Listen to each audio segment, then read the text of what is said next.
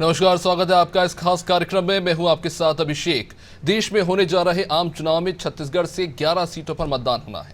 कुल 3 चरणों में मतदान होगा। प्रथम चरण के मतदान यानी 19 अप्रैल को बस्तर सीट पर मतदान होने जा रहे हैं। निर्वाचन आयोग तैयारी कर चुका है। प्रत्याशी नामांकन भर चुके हैं। गुरुवार से यानी आज से दूसरे चरण के मतदान के लिए भी प्रत्याशियों के नामांकन दाखिल होने लगे हैं। लेकिन भूपेश बघेल ने फिर ईवीएम को लेकर एक बयान दे दिया है और इसकी विश्वसनीयता पर सवाल उठा दिया है। पूर्व सीएम भूपेश बघेल ने कार्यकर्ताओं से कहा कि अगर किसी सीट से 384 से ज्यादा उम्मीदवार मैदान में होंगे तो चुनाव आयोग को बैलेट पेपर से मतदान कराना होगा। हालांकि उस वक्त वो कार्यकर्ताओं को ईवीएम से जुड़े नियम कायदों के बारे में भी बता रहे थे। पूर्व मुख्यमंत्री के इस बयान के बाद सियासी घमासान मचा हुआ है। भाजपा इसके खिलाफ चुनाव आयोग पहुंच गई। बीजेपी का आरोप है कि भूपेश ईवीएम के खिलाफ भड़का रहे हैं। वहीं मुख्यमंत्री विष्णुदेव साय बघेल के बयान को हार का बहाना बता रहे हैं। ईवीएम के मसले पर चर्चा जरूर होगी, लेकिन उससे पहले बयानों पर एक नजर। देखिए, जब जब उनको या तो उनकी हार होती है या हारने की गुंजाइश होती है तो ईवीएम पर प्रश्न चिन्ह खड़ा होते हैं, और जब जीतते हैं तब भी खड़ा करना चाहिए ना, तो उस समय ईवीएम ठीक हो जाता है। तो ये हार का एक बहाना है। सही बात भूपेश बघेल जी ने की है कि 300 से ज़्यादा प्रत्याशी होने के बाद बैलेट पेपर से वोटिंग होगी और काउंटिंग भी होगी। तो हर व्यक्ति जो मेहनत कर रहा है वो चाहता है कि प्रत्याशी ज़्यादा होने से जब बैलेट पेपर से होगा, सबकी मांग बैलेट पेपर से है। लेकिन निर्वाचन आयोग या तमाम जो चुनाव कराने की मशीनरी है वो इस बात को मानने के लिए तैयार नहीं और बैलेट से चुनाव होने देना चाहता नहीं कोई भी व्यक्ति।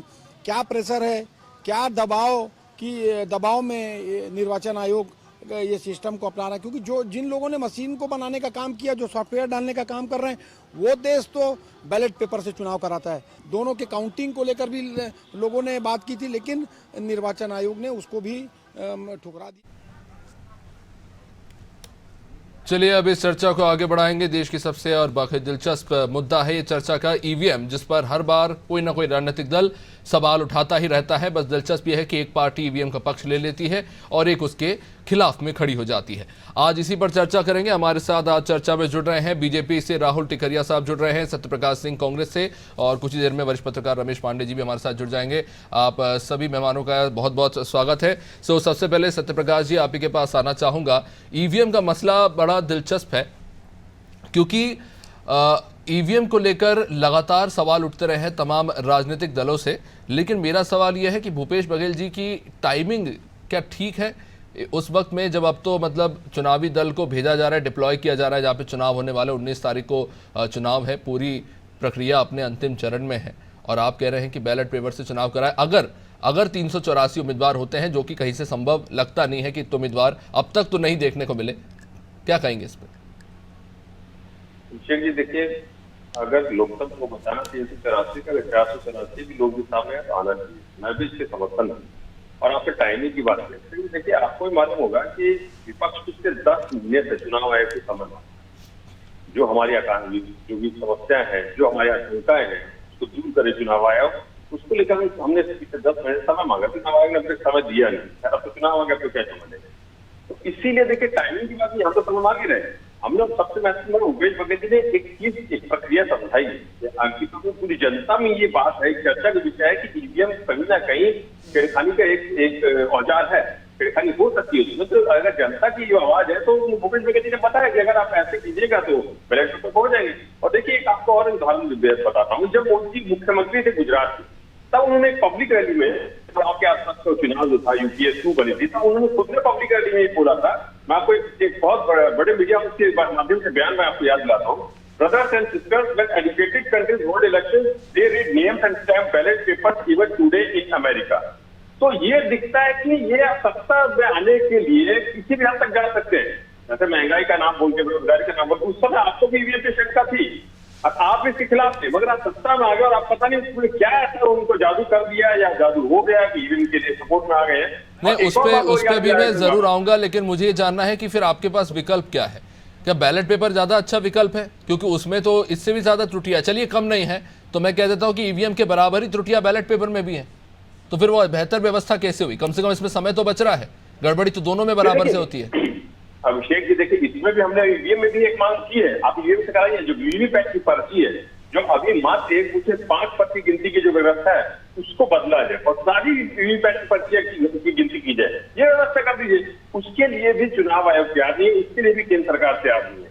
तो व्यवस्थाएं तो है, ईवीएम में भी है, आप बैलेट पेपर करें उसमें भी व्यवस्था है, मगर आप उसमें भी नहीं करना चाह रहे। आपको यार जीवी नरसिम्हन ने भी आप एक किताब लिखी थी, उनके वरिष्ठ प्रवक्ता है केंद्र के बीजेपी के और राज्यसभा सांसद, उन्होंने भी किताब लिखी थी ईवीएम हैकिंग के बारे में 2009 में, डेमोक्रेसी एड्रेस, जो किताब अभी भी पब्लिक डोमेन में आप पढ़िए। इनके नेता खुद उस पर सवाल खड़े करते थे। आज पता नहीं, वही मैं बोल रहा हूँ, आज क्या ऐसा हो गया कि इनको बहुत अच्छी लग रही है ईवीएम। देखिए मुख्य बात ये है कि जो पार्टी या जो व्यक्ति जो वोट चुराने का काम करते हैं वो ही चाहेंगे कि ईवीएम से चुनाव हो। कहीं ना कहीं बीजेपी के ऊपर शंका पैदा होती है, कहीं ना कहीं चुनाव आयोग पर एक शंका पैदा होता है, प्रश्न लग सकता है। अच्छा, ऐसा क्यों है कि विपक्ष को सुनने के ठीक है, मैं राहुल जी से पूछ लेता हूँ। राहुल जी, ऐसा क्यों है कि जो भी पार्टी सरकार में होती है उसमें अचानक से ईवीएम को लेकर विश्वास जाग उठता है और जो भी पार्टी हार जाती है उसका एकदम से ईवीएम से भरोसा उठ जाता है? देखिए, कांग्रेस पार्टी की झलकाहट स्पष्ट दिख रही है कि ये अभी से चुनाव हारने की स्थिति में है और ये समझ रहे हैं कि हम चुनाव में और रेस से बाहर हैं। तो जाहिर सी बात है, ये इस प्रकार से बातें उठा रहे हैं कि अब ईवीएम से वोटिंग ना कराकर बैलेट पेपर से कराया जाए। तो जाहिर सी बात है, ये देश को आगे बढ़ाना नहीं, देश को और पीछे ढकेलना चाहते हैं। ये स्पष्ट है, ये चाहते हैं कि जनता कई दिनों तक लाइन लगे रहे। जब ईवीएम सिस्टम इन्हीं की सरकार रहती है, जब छत्तीसगढ़ में इनकी सरकार बनती है या अन्य राज्यों में इनकी सरकार बनती है, तब ईवीएम मशीन के ऊपर इनको प्रश्न चिन्ह खड़े करके नहीं बनता। क्यों नहीं? अगर वहां पर इनकी सत्ता बैठती है, इनकी सरकार बनती है, तो ये छोड़ दे कि ये हम सरकार में आए हैं क्योंकि ईवीएम मशीन का उपयोग किया गया है। जब तक बैलेट पेपर का उपयोग नहीं किया जाएगा हम सरकार नहीं बनाएंगे। ऐसी बातें क्यों नहीं करते? जहां पर हार इनको दिखाई देती है, ये ईवीएम पर प्रश्न चिन्ह खड़ा करना प्रारंभ कर देते हैं। तो जाहिर सी बात है, पूरे देश भर में नरेंद्र मोदी जी की जो छवि है, नरेंद्र मोदी जी के नेतृत्व में जो भारत आगे बढ़ रहा है, उससे सारे विपक्षियों में बौखलाहट है और सारे विपक्षी भयभीत हैं। ये नहीं, ठीक है राहुल जी, सवाल आपके लिए भी था इसमें। आपने कांग्रेस के लिए तो बोल दिया, सवाल आपके लिए भी था कि ठीक है, कांग्रेस को विश्वास नहीं है ईवीएम पे, पर बीजेपी को इतना अटूट विश्वास क्यों है ईवीएम पे? मेरा ये सवाल है, क्योंकि आप देश की उन पहली पार्टियों में से जिन्होंने ईवीएम पर सवाल उठाया था। 2009 में लाल कृष्ण आडवाणी, आपकी पार्टी के बहुत सम्मानीय नेता है, उन्होंने सीधे तौर पर सवाल उठाया था ईवीएम को लेकर और चुनाव आयोग पर भी। अभिषेक जी, मैं आपको बता दूं, जब प्रारंभिक ईवीएम मशीन का उपयोग, बिल्कुल मैं आपको बता दूं, जब आप बात कर रहे हैं लाल कृष्ण आडवाणी जी की, ये प्रारंभिक दौर था जब ईवीएम मशीन का प्रयोग किया गया था और प्रारंभिक दौर में कई प्रकार की समस्याएं आई थी। तो जाहिर सी बात है, राहुल जी, पहला राज्यों में चुनाव 1999 में शुरू हुआ था, केंद्र में लोकसभा का चुनाव 2004 में हुआ था और मैं जिस घटना की बात कर रहा हूँ वो 2009 की है, जब आपकी एनडीए दूसरी बार हारी थी 2009 में।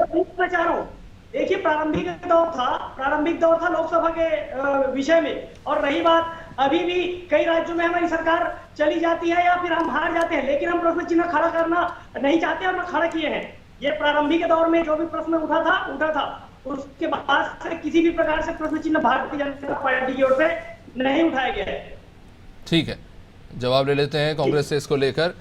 हाँ ठीक है, आप कुछ बोल रहे थे, फिर मैं अपने सवाल पे आता हूँ। सत्यप्रकाश जी। जी अभिषेक जी, देखिए इन्होंने बात की कि कांग्रेस पार्टी क्यों नहीं माना करती। अभिषेक जी, आपको याद होगा 2018 जब हम 3 राज्यों में चुनाव जीते थे, भले एमपी में इन्होंने बन के अपने दिखा के जो सत्ता हासिल कर लिया अलग बात है। आपको याद, राहुल गांधी ने प्रेस कॉन्फ्रेंस किया था 3 राज्यों में चुनाव जीतने के बाद, आपका भी मीडिया वहां पे था और उन्होंने बोला था कि भले हम चुनाव जीते ईवीएम के माध्यम से, मगर आज भी हम समर्थन करते कि बैलेट पेपर चुनाव होना चाहिए। हमने तब भी ये सवाल खड़ा किया था कि बैलेट पेपर चुनाव होना चाहिए। जब हमारी सरकार यहाँ में थी 2018 में, 2019 में लोकल बॉडी चुनाव बैलेट पेपर के माध्यम से हमारी सरकार ने करवाया था।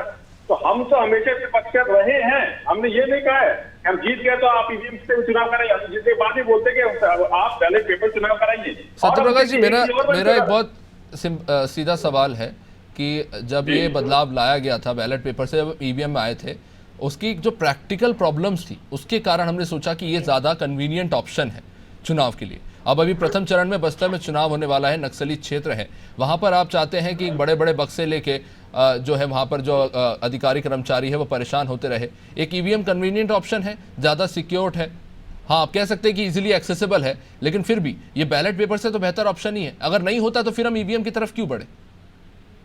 देखिए आप ही की सरकार में रहते बड़े।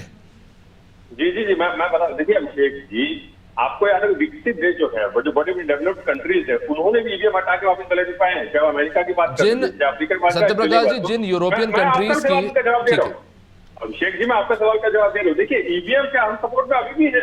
आप वीवीपैट की सारी पर्चियों की गिनती करा लीजिए। जो आप एक्सेस की बात करें, इतनी एक्सेसिबल है, तो वीवीपैट की पूरी पर्चियों की गिनती करा लीजिए। उसके लिए भी तो चुनाव आयोग तैयार नहीं है ना, उसके लिए भी केंद्र सरकार तैयार नहीं है। इसलिए हम बोल रहे हैं या तो वीवीपैट की सारी पर्ची गिनती होनी चाहिए या बैलेट पेपर करा दीजिए। एक अदर ऑप्शन के तौर पर हम बात कर रहे हैं। अगर आप ईवीएम से चुनाव करा रहे हैं तो वीवीपैट की सारी पर्ची गिनती करा लीजिए। वो आप तैयार नहीं है। और सबसे महत्वपूर्ण बात एक और मैं आपके चैनल के माध्यम से बोलना चाहूंगा, जहां पे ईवीएम मशीन बनती है भारत इलेक्ट्रॉनिक्स लिमिटेड, वहां पे 4 ऐसे अधिकारी हैं जो निदेशक हैं जो बीजेपी से संबंध रखते हैं। और ये मैं नहीं बोल रहा हूँ, ये वेबसाइट है moneylife.in पे, उससे एक खबर छपी थी जिसके मुताबिक रिटायर्ड आईएएस जो सचिव सर के गवर्नमेंट ऑफ इंडिया से रिटायर्ड है, E.A. शर्मा, उन्होंने ये पत्र लिखा चुनाव आयोग को और उन्होंने आरोप लगाया कि 4 ऐसे अधिकारी हैं जो भारत इलेक्ट्रॉनिक्स लिमिटेड में कार्यरत कर रहे हैं जो बीजेपी से सहमत है। तो आप बताइए कहां से आप बोल सकते हैं कि ईवीएम सेफ है या लोकतंत्र के साथ खतरा नहीं हो रहा है? इसलिए हम सवाल खड़े कर रहे हैं। और आपने हमारे बात किया, देखिए यूपीए सरकार में कभी ऐसा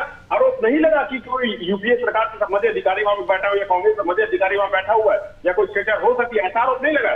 टेक्निकली आरोप लग सकता है, एक अलग मुद्दा है। तो इसलिए उसमें सुधार की गुंजाइश नहीं और सुधार हुए भी उसमें, मगर हमारे दौर में ऐसा नहीं हुआ। लेकिन मैं बात कर रहा हूँ, हमारी पार्टी बात कर रही है कि लेकिन सत्यप्रकाश जी, सवाल तो यही है कि हर चुनाव से पहले ही कांग्रेस क्यों ये मुद्दा बनाती है? आप पहले भी कर सकते हैं, आप एक सर्वदलीय बैठक बुलाइए, सभी पार्टियों के नेताओं को एकजुट कीजिए और कहिए कि आप विरोध करते हैं सीधे तौर पर ईवीएम का, किसी भी चुनाव में इस्तेमाल नहीं होना चाहिए। जैसे मैंने पहले बताया, पूरी जो इंडिया गठबंधन की जो दलें हैं उन्होंने एक मीटिंग करके इन्होंने चुनाव आयोग से समय मांगा था, इसी के समय मांगा था। मैं गठबंधन की नहीं, मैं सर्वदलीय बैठक की बात कर रहा हूं, जो आपके समर्थन में है, जो आपके विरोध में है, वो सभी दल आके एक साथ बैठे और तय करें कि किससे चुनाव होना चाहिए। जितनी विपक्षी दलें हैं वो सभी ने समय मांगा, एक साथ समय मांगा था चुनाव आयोग को। एक बार ही 10-10 बार समय मांगा, उसे 10 बजे समय नहीं मिला है। तो हम तो तैयार ही है, तो समय तो मिले, आप समय मिलेगा, वहां बैठेंगे, बातचीत होगी, फिर से जो उस पर वार्तालाप होगी, आगे जो वो बताएंगे हमको चुनाव आयोग, हम अपने संसद सामने रखेंगे, तब तो आगे बढ़ेंगे ना, क्या करना क्या नहीं करना। जब तक चुनाव आयोग को हमारे संसद को दूर नहीं करेगा, कुछ बात नहीं करेगा, तो हम क्या कर सकते हैं?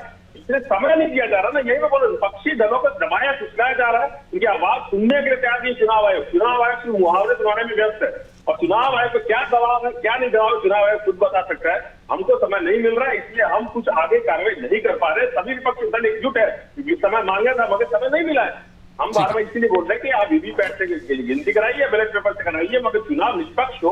जो जनता की आवाज है, जनता में भी एक भ्रम जा रहा है कि ईवीएम मशीन से ऐसा क्या है कि विपक्षी दल एकजुट होकर ये एक सुर में बोल रहे हैं कि वीवीपैट से गिनती कराइए, बैलेट पे जवाब ले लेते। कुछ तो बात है, जनता भी तो सुनना चाहती है। ठीक है राहुल टिकरिया जी, एक सवाल तो निश्चित रूप से है कि अगर इतने सारे राजनीतिक दल इस पर चर्चा करना जा रहे हैं एक साथ बैठ के, तो बात करने में हर्ज क्या है?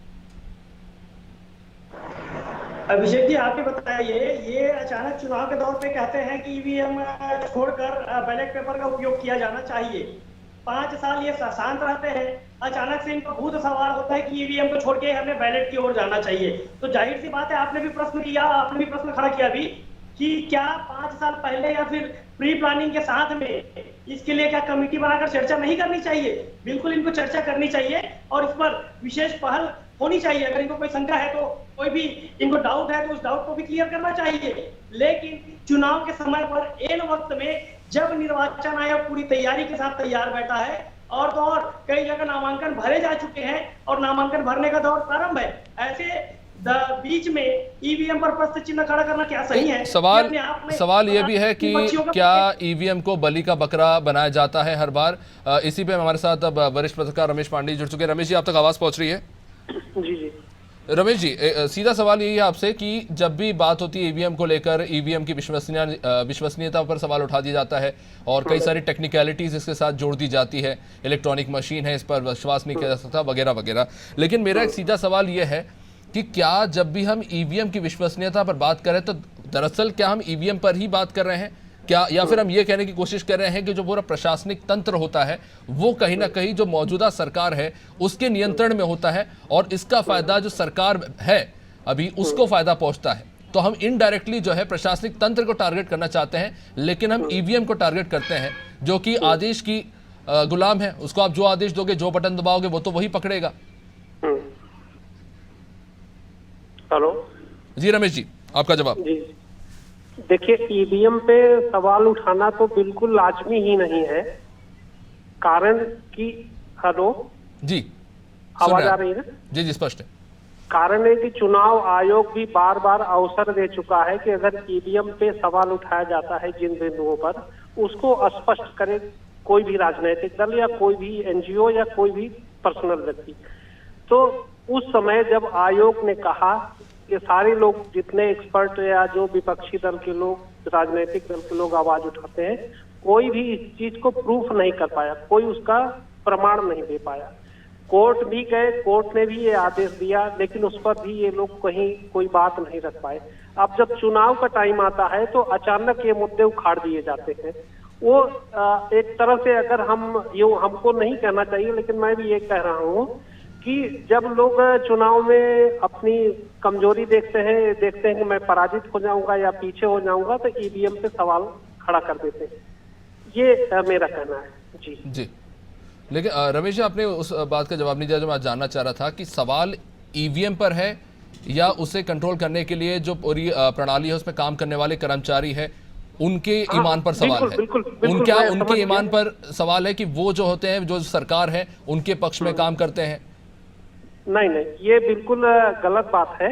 चुनाव, देखिए, मैं जहां तक मैंने खुद देखा है और मैं चुनाव, जब पोलिंग डे होता है उस दिन हम लोग विभिन्न बूथों पर भी जाते हैं, तो ऐसा कहीं भी संभव नहीं है और कहीं ऐसा होता भी नहीं है, क्योंकि वहां पे सभी पार्टियों के पोलिंग एजेंट भी मौजूद रहते हैं, सभी दलों के जो बड़े नेता हैं वो भी मूवमेंट पे रहते हैं, पर्यवेक्षक दल मौजूद रहता है। तो ये कहना बिल्कुल गलत बात है। पर रमेश जी, इसी तरह के आरोप बीजेपी पश्चिम बंगाल में लगाती है कि वहां पर ममता की सरकार में जो बैठे हैं वहां पे बूथ कैप्चरिंग हो रही है। वहां पर देखिए, मैं बीजेपी कांग्रेस की बात नहीं कर रहा हूँ। वहां पे बीजेपी कमजोर है, इसलिए ममता बनर्जी पे आरोप लगाती है।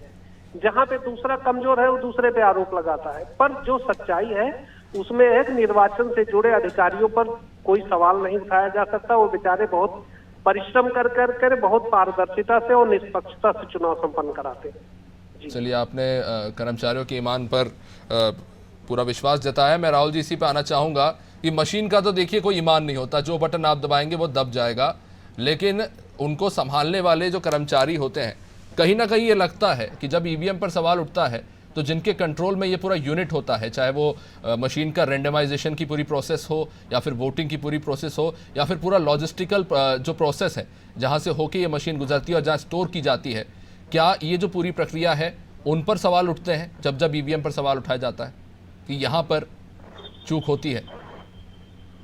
बिल्कुल अभिषेक जी, मैं आपको बता, देखिए, अगर किसी भी पार्टी को या किसी भी विपक्ष को कोई शक है तो एक तो जो ईवीएम मशीन उनके सामने खोली भी जाती है, उसके पहले भी ये जाकर चाहे तो प्रोसेस से समझ सकते हैं।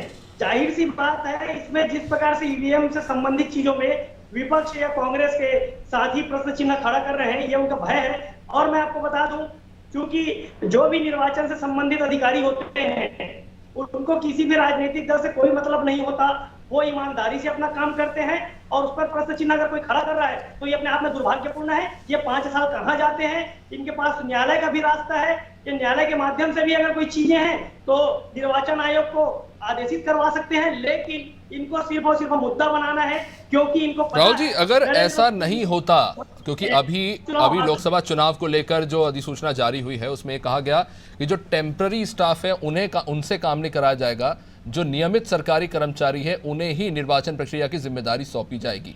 तो अगर व्यक्ति के ईमान पर सवाल नहीं होता तो शायद ये ऑर्डर भी नहीं होता। जी बिल्कुल, मैं इस दलील पे एक कदम और आगे जाना चाह रहा हूँ कि बात ईवीएम की होती है तो ईवीएम को संभालने वाले पे भी होनी चाहिए। बिल्कुल, ईवीएम संभालने वाले लोग हैं, ईवीएम संभालने वाले अधिकारी हैं, आदेश भी जारी हुआ है, लेकिन ये कोई ईमान पर प्रश्न चिन्ह नहीं खड़ा कर रहे हैं, ईवीएम पे प्रश्न चिन्ह खड़ा कर रहे हैं। इनसे पूछ लीजिएगा विपक्षियों से। जी चलिए ठीक है सत्यप्रकाश जी, समय सीमित है, मैं आखिरी सवाल आपसे लूंगा। सुप्रीम कोर्ट में भी यह मामला पहुंचा था। सुप्रीम कोर्ट ने जब यह मामला खारिज किया तो उन्होंने ये कहा कि देखिए, हर व्यवस्था में कुछ ना कुछ त्रुटियां होती ही हैं और ये साधारण प्रक्रिया है, लेकिन अगर आपके पास कोई बेहतरीन विकल्प हो तो आप कहिए। तो इसमें भी जो आप कह रहे हैं कि इसमें ये कमियां हैं, बैलेट पेपर में भी थी, तो सुप्रीम कोर्ट ने जो दलील देके से खारिज किया, आप उसे कैसे नकारेंगे? देखिए, सुप्रीम कोर्ट ने जो दलील दी थी, जो अपना खारिज की थी, उन्होंने एक और टिप्पणी की थी या तो आपके पास कोई और ठोस सबूत हो तो लेके आओ। तो ये अभी खारिज नहीं है, मामला लंबित है और काफी पीएन लगी हुई है। और एक चीज और बोलूंगा, राहुल टिकैत मोदी ईमान पे चंडीगढ़ में क्या हुआ था, आपके एमपी में जब विधानसभा चुनाव हुआ तो रातों रात की गई थी, वहाँ के कलेक्टर जो स्थानीय जो जिलाधिकारी उसका वीडियो सबने देखा था। तो ईमान की बात भी है यहाँ पे ईवीएम के साथ साथ, क्योंकि जो कर्मचारी होते, जैसे मैंने अभी आरोप लगाया कि 4 कर्मचारी ऐसे हैं जहाँ भारत इलेक्ट्रॉनिक लिमिटेड जहाँ ईवीएम बनती है वहाँ पे बीजेपी के लोग बैठे हुए हैं। तो कहाँ से आप बोल सकते हैं कि ईवीएम मशीन में छेड़छाड़ी नहीं हो सकती है? और ये बात करेंगे कि ईमान की, अरे इन्हीं के लोग वहां बैठे हुए, इन्हीं के लोग वहां जब चुनाव होता वहां बैठ जाते, इन्हीं के लोग वहां पे छेड़खानी कराते, रातों में वीडियो वायरल हो जाती है। तो ईमान की बात तो है, साथ साथ मशीन की भी बात है कि कहीं ना कहीं मशीन के साथ पहले ही बनते समय से ही छेड़खानी शुरू हो जाती है। और ये अभी तक जो है ये खास तौर से मोदी जी की सरकार बनने के बाद हुआ है। यूपीए सरकार में कभी ऐसा आरोप नहीं लगा है कि कांग्रेस के कार्यकर्ता कहीं बैठे हुए हैं या कांग्रेस के कार्यकर्ता ने ईवीएम से छेड़खानी की है, रातों में ऐसे वीडियो वायरल हुआ कि छेड़खानी करके गिनती में हेराफेरी की गई। ऐसे आरोप उस समय नहीं लगे थे। चलिए, इस चर्चा को यहीं पे विराम देना होगा, समय इस चर्चा को आगे बढ़ाने की इजाजत नहीं देता। बहुत बहुत शुक्रिया आप सभी मेहमानों का इस चर्चा में जुड़ने के लिए। तो ईवीएम पर सवाल उठते रहे हैं, कई दलीलें दी गई, कई समर्थन में, कई खिलाफ में, लेकिन मौजूदा व्यवस्था में इसे ही एक बेहतर विकल्प के रूप में देखा जा रहा है। उम्मीद है कि और भी ज्यादा पुख्ता प्रक्रिया आने वाले समय में देखने को मिले, ताकि ये जो तमाम सवाल उठते रहे हैं उन पर विराम लग सके। खैर, आने वाले समय में 19 अप्रैल को प्रथम चरण के चुनाव है बस्तर में, लेकिन इन सब के बीच में राजनीति जारी रहेगी। फिलहाल इस कार्यक्रम में इतना ही। आप देखते रहिए अनादि टीवी। नमस्कार।